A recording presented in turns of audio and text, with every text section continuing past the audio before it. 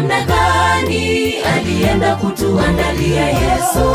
Ni furaha sufufu moyoni mwangu nikikutana na waliotangulia. Yerusalemu, makao ya watakatifu. Nipe habari za nyumbani, huko aliko Mungu wetu.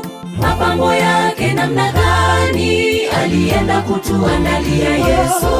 Ni furaha sufufu moyoni mwangu nikikutana na waliotangulia.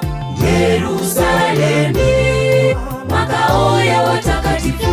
Tumetanga mbali na Mwokozi, nafsi zetu kweli zinashangaza. Matendo yako wewe binafsi, cheni ya kumtukuza Mungu.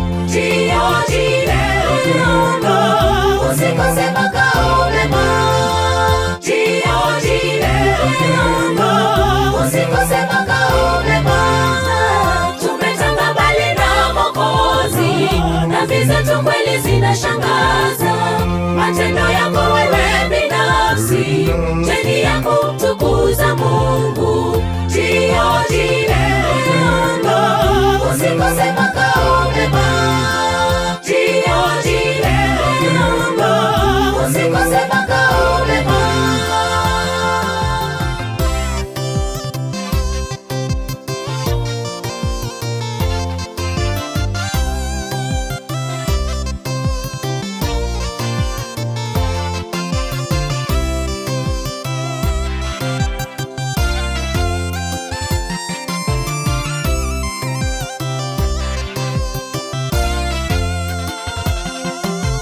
Sikia mafundisho yake katika Biblia takatifu. Maneno yake tamu sana kama asali. Usichoke kutenda mema siku zote za maisha yako duniani. Siku ya mwisho tuwe sote Yerusalemu. Sikia mafundisho yake katika Biblia takatifu. Maneno yake tamu sana kama asali.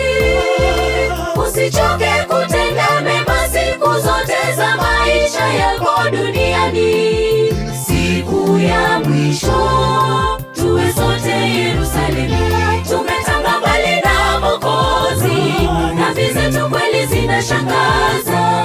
Matendo yako wewe binafsi, cheni ya kumtukuza Mungu. Usikose makao mema, usikose makao mema. Tumetanga mbali na Mwokozi, nafsi zetu kweli zinashangaza. Matendo yako wewe binafsi, cheni ya kumtukuza Mungu. Usikose makao mema, usikose makao mema.